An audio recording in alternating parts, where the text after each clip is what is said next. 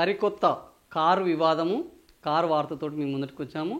ఈరోజు car party versus Congress party car విషయంలో జరుగుతున్న ఒక వివాదం. ఇది కారు కోసము కారు గుర్తు పార్టీకి కాంగ్రెస్ పార్టీకి మధ్య నడుస్తున్న వివాదము. అదేంది ఒకసారి చూద్దాము. ఈరోజు కేటీఆర్ వాడుతున్న ల్యాండ్ క్రూజర్లు దాదాపుగా 6 ల్యాండ్ క్రూజర్లు కేటీఆర్ కొన్నారు. ఈ ల్యాండ్ క్రూజర్లు కొన్నది ఆయన ల్యాండ్ క్రూజర్లు కొనుక్కుంటే తప్పు కాదు, కానీ ఈ కొన్న విధానము దాన్ని తెచ్చుకున్న విధానము చాలా లోపభూయిష్టంగా ఉన్నది. ఇది ప్రభుత్వానికి ఇది స్మగ్లింగ్ చేసిన విధానంలో ఈ కార్లను కొన్నారు అనేది ఈరోజు రవాణా శాఖ మంత్రి పొన్నం ప్రభాకర్ ఆరోపిస్తున్నారు. అయితే ఇదే పద్ధతిలో వీళ్ళు ఆరోపిస్తున్నారు. అంటే ఈరోజు కేటీఆర్ సంబంధించి ఆల్రెడీ విచారణ కూడా ఈ ల్యాండ్ క్రూజర్ల ఎందుకు అసలు ఇది ఎక్కడి నుంచి మొదలైంది అని అంటే ఎస్కే కార్ లాంజ్ అనేది ఒకటి ఉన్నది. ఈ ఎస్కే కార్ లాంజ్ ఎవరు అని అంటే బషారత్ అలీ పఠాన్ డీలర్ బషారత్ ఖాన్ పఠాన్. ఈ బషారత్ ఖాన్ పఠాన్ అనే ఒక డీలర్ ఎస్కే కార్ లాంజ్ దీన్ని నడిపిస్తున్నాడు. ఈయనకి ఎక్కడి నుంచి ఈయన దగ్గర కార్లు తీసుకుంటే అత్యంత చౌకగా దొరుకుతాయి. ఎందుకు చౌకగా దొరుకుతాయి అని అంటే ఈయన విదేశాల్లో అమ్ముడు వేసిన కార్లను అక్కడ వేలంలో కొని ఎలాంటి కస్టమ్స్ ట్యాక్స్ కట్టకుండా వాటిని ఇక్కడ తీసుకొచ్చి విఐపీలకు అమ్ముతుంటాడు. అందుకని ఈయన VIP car dealer. Luxury car విఐపీలకు లగ్జరీ కార్లు కావాలి, ఆ లగ్జరీ కార్లను కూడా తీసుకుంటారు. ఇప్పుడు ఈ గొడవ ఎక్కడొచ్చింది? లగ్జరీ కార్ ఓన్లీ కస్టమ్స్ అంటే కాదు.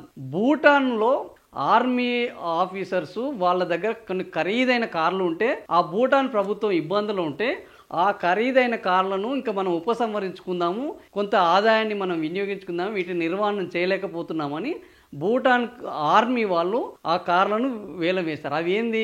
ల్యాండ్ క్రూజర్ కార్లు. అవి చాలా పటిష్టంగా తయారు చేయించినాయి. సో వాటికి బాగా డిమాండ్ ఉంటుంది. ఇవి చెబితే ఎక్కడైనా అమ్ముడు పోతాయి అని వాటిని బషారత్ ఖాన్ ఏం చేశాడు? ఆ వేలంలో పాల్గొని ఆ కార్లను తీసుకున్నాడు. ఆ ల్యాండ్ క్రూజర్ కార్లను తీసుకున్నాడు, లెక్సస్ కార్లను తీసుకున్నాడు. ఆ కార్లను తీసుకొని హిమాచల్ ప్రదేశ్ నుంచి వెళ్ళి కస్టమ్స్ ట్యాక్స్ ఎవరైనా ఎక్కడైనా కొనొచ్చు, కానీ ఆ కొన్నప్పుడు ఆ ట్యాక్స్లను కడితే అదే పెద్ద ఈరోజు కార్లు భారతదేశంలో ఇంత కాస్ట్లీ ఉండడానికి కారణం ఓన్లీ ట్యాక్సెస్. అసలు కార్ల యొక్క తయారీ చాలా తక్కువ ఉన్నది, తయారీ ఖర్చు, కానీ ట్యాక్సెస్ మాత్రమే. ఈ ఇంపోర్టెడ్ కార్లు అంటాం మనం, వాటిని విపరీతమైన ట్యాక్స్లు ఉంటాయి. సో ఇంకా ఈ లగ్జరీ కార్లకు ఇంకా ట్యాక్సెస్ ఇప్పుడు 40% ఉన్నది ఈ లగ్జరీ కార్లకు ట్యాక్స్ జిఎస్టీలోనే. సో ఇట్లాంటి పరిస్థితుల్లో వీటి యొక్క ధరలు విపరీతంగా పెరిగిపోతాయి. అంటే ₹1,00,000 ఉంటే దానికి 1,40,000 నువ్వు ట్యాక్స్. ఇవి కోట్లలో ఉంటాయి కాబట్టి ఇంకా 1 కోటికి 40 లక్షలు చెల్లించాలి. ఇంత పెద్దది చెల్లించాలి కాబట్టి వాటిని ఎగ్గొట్టి కస్టమ్స్ ట్యాక్స్ కట్టకుండా తీసుకొచ్చిన వాటిని ఏమంటారంటే స్మగుల్డ్ వెహికల్స్ కానీ స్మగుల్డ్ గూడ్స్ అంటారు. ఈ స్మగుల్డ్ గూడ్స్ అని తెలుసు అందరికీ, ఇది ఎంత తక్కువ ధరకు వస్తుందని తెలుసు, కానీ ఏడ పట్టుబడుతుందిలే. ఇప్పటికే ఆయన దగ్గర విఐపీలు అనేక మంది ఉన్నారు. ఇప్పుడు ఈ తీగ లాగితే డొంకంతా కదలబోతుంది. కేటీఆర్ తోటి మొదలు పెట్టారు. ఇవి ఎస్కే కార్లు నుంచి కేటీఆర్ తోటి మొదలు పెట్టారు. ఈ కేటీఆర్ దగ్గర నుంచి ఇప్పుడు ఇది డొంక మొదలవుతుంది. కేటీఆర్ కొన్న 6 వాహనాలు బీఆర్ఎస్ హయాంలో కొన్నవి, బషారత్ ఖాన్ దగ్గర నుంచి కొన్నవి, అవి తక్కువ ధరకు కొన్నాయి. ఏది? భూటాన్ ఆర్మీ. దాని మీద ఈ రోజు విచారణ వేశారు commissioner Surendra Mohan, transport commissioner. ఇవి ఎప్పుడు వచ్చాయి, ఎక్కడ తయారయ్యాయి, వీటికి ట్యాక్సులు కట్టారా, వీటి ఓనర్లు ఎవరు, వీటిని ఎవరి దగ్గర నుంచి కొన్నారు, వీటి యొక్క ఖరీదు ఎంత, ఇవన్నీ వివరాలు ఇవ్వాలని ఈరోజు రాష్ట్ర రవాణా శాఖ మంత్రి పొన్నం ప్రభాకర్ విచారణ చేశారు. ఈ విచారణ కొనసాగుతుండగానే బీఆర్ఎస్ వాళ్ళు మన్నే క్రిషాంక్ ఒక అంశాన్ని బయటకు తీసుకొచ్చారు. అది ఏందంటే ఇదే ఎస్కే కార్ లాంచ్ దగ్గర నుంచి వెళ్ళి మంత్రి పొంగులేటి రెవెన్యూ శాఖ మంత్రి కూడా ఒక కారు కొన్నాడు. అది లెక్సస్ 500 డి కారు.